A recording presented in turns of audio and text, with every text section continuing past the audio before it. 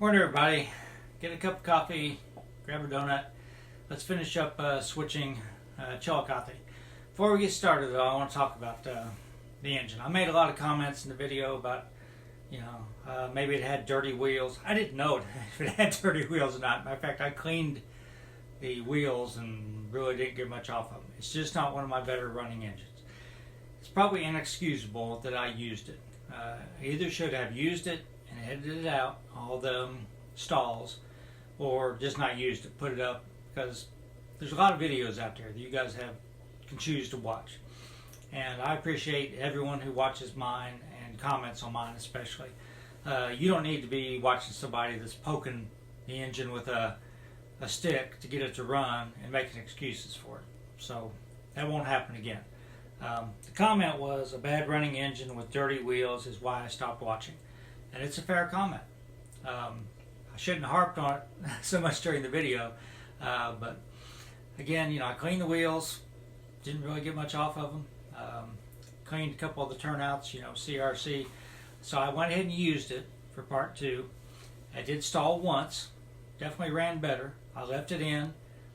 Didn't edit it out. But I didn't call it out. I didn't point out that, or keep harping about how bad the engine was running or anything. But anyhow, I won't do that in the future. I won't, subject you to bad running engines. If it's running bad, I'll just get rid of it. I've got plenty of good running engines I can run that I don't need to do that. And, if I want to run it, I just won't film it. If it may never get better if I don't run it or try to run it anyhow. So I do want to try to put a sound decoder in it someday. I think the decoder may be part of the problem. But you hate to throw good money after bad, too. Is the decoder going to fix the problem? I don't know. It is an Atlas engine, so the potential is there for it to be a good runner, but it's also an older Atlas engine. So enough talk. Let's get to part 2 switching. So my Jawtooth tribute today. Start the video, son. So if you remember where we left off in part 1, I pulled the train up. So first thing you have to do is run around the train.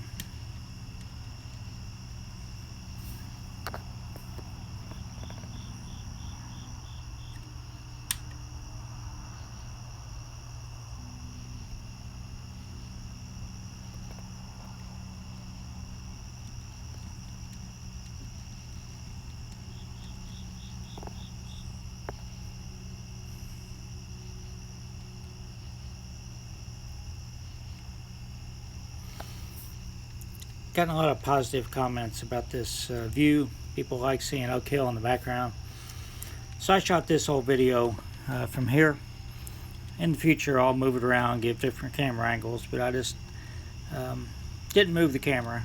I had enough to worry about with the paying attention to the engine.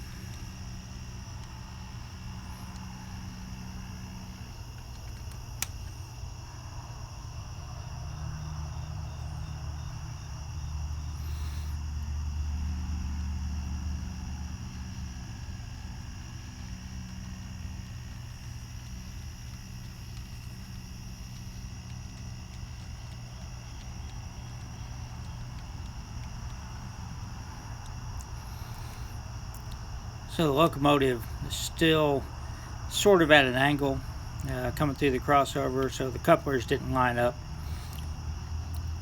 So I just had to hold the coupler in place and sort of run the engine slowly up.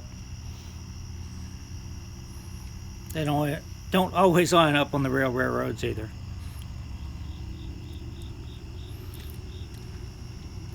So I'm going to push the train forward so I'm not blocking Douglas Avenue.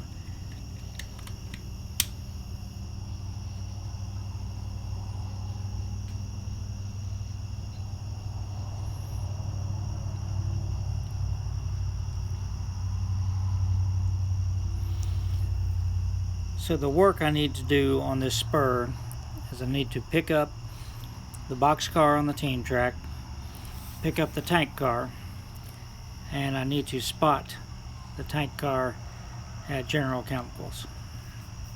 So 2 coming off the track, 1 going back in.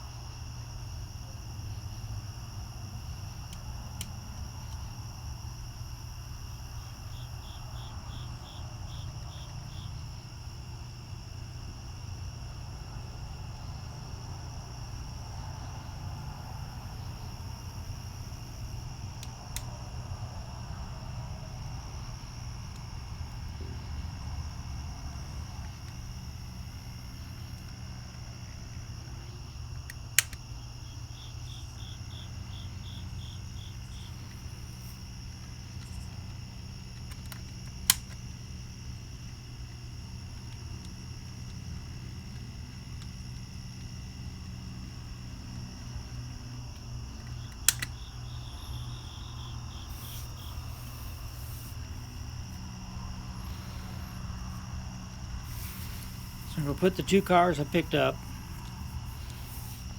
onto the train, and then I'll come back and spot the tank car.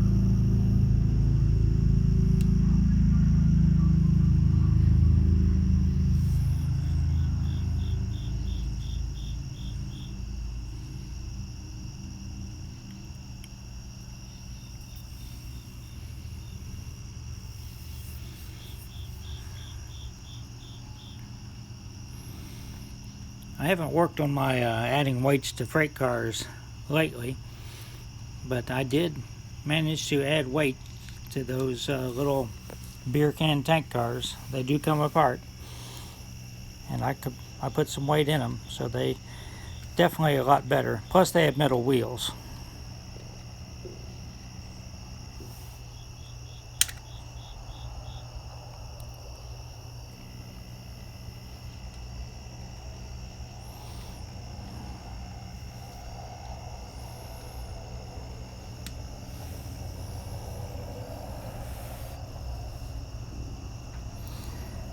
So over on the other spur, I'm going to back through the crossover. I have 2 cars to swap out at ITT Grinnell and a reefer to leave at Miller Distribution.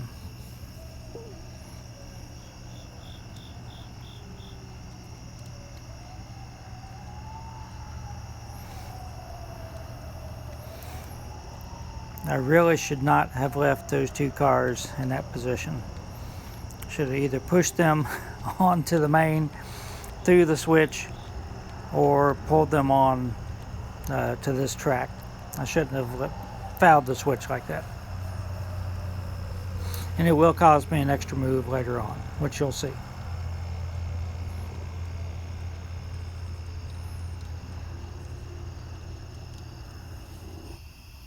Well, after watching the video, I decided to move the camera and reshoot this part because you really couldn't see it from that angle. So I moved the camera down.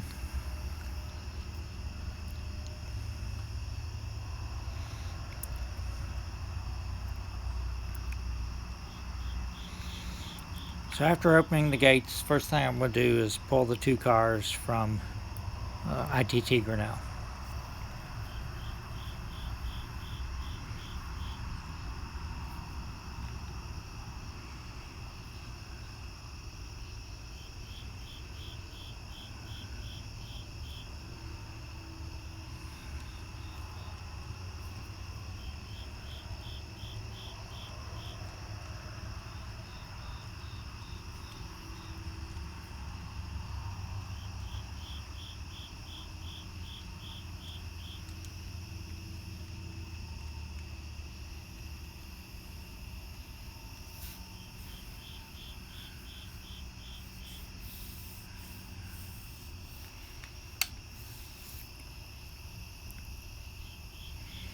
Now I have to spot the 2 cars that I pulled back on the main.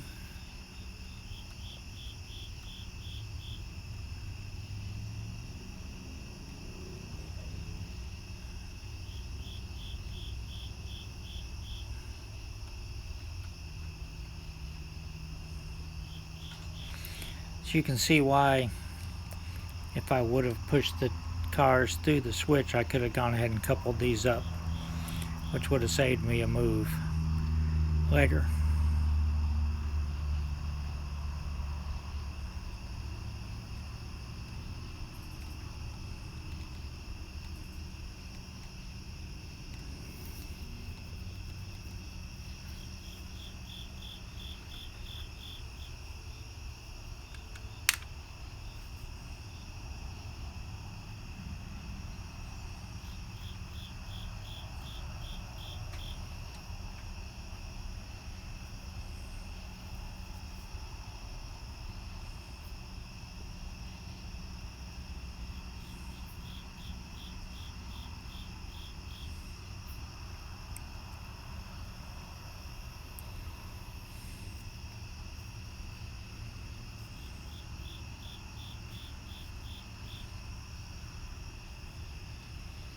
Just need to push the cars, and two cars at the end, into ITT Grinnell, and then I can ease forward, spot the Milwaukee Road boxcar or reefer.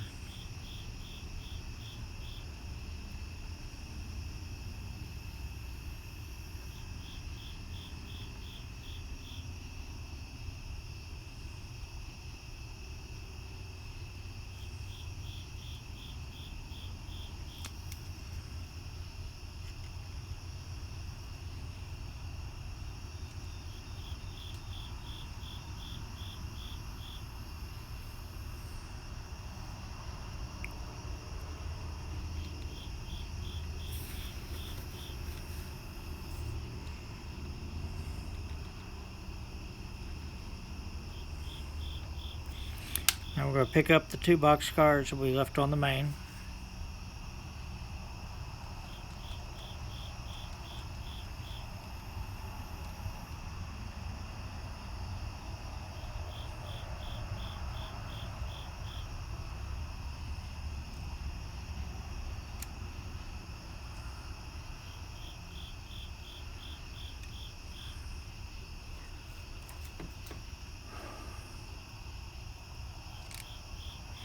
Had trouble with those two lining up. Got a microtrains on the tank car, and that's a Athearn car, the box car. Did not want to line up.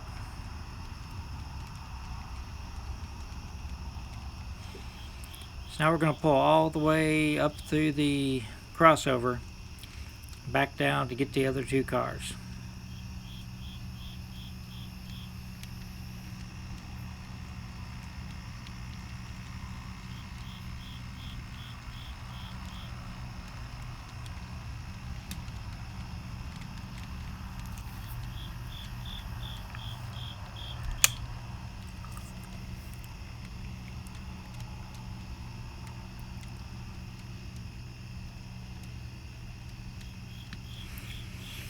While we were making this move, we got a call from the dispatcher that there's a DT&I train coming through, and they want to let it go ahead of us. So we're going to pull forward and split the train so we don't block Douglas Avenue, and then we'll let the DT&I train go through.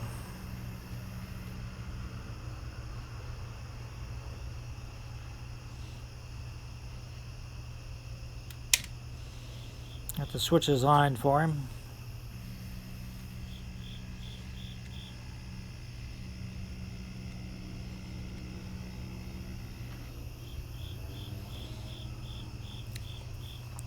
See in the distance Oak Hill.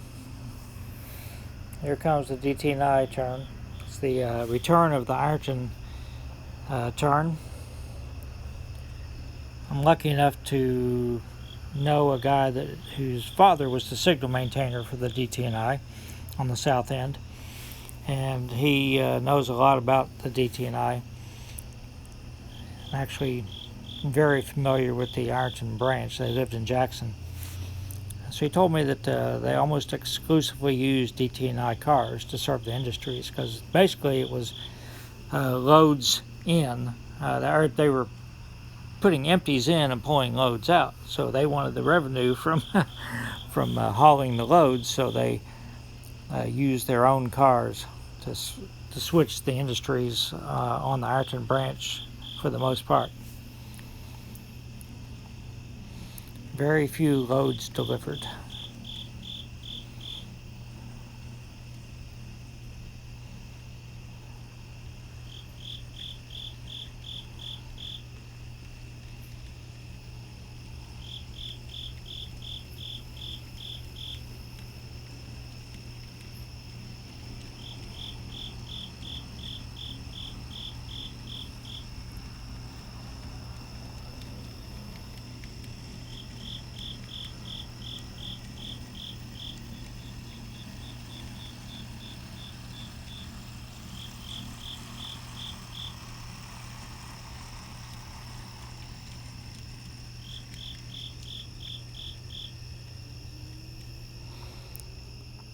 So now we can put our train back together,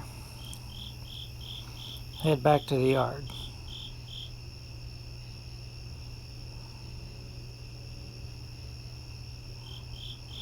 It's a little bit longer video than I normally make. Hopefully you've had a chance to get 2 cups of coffee and maybe several donuts at this point. Or, as one of you said, ride your exercise bike while you watch the videos, so maybe you got a couple extra miles in. You can thank me later, John.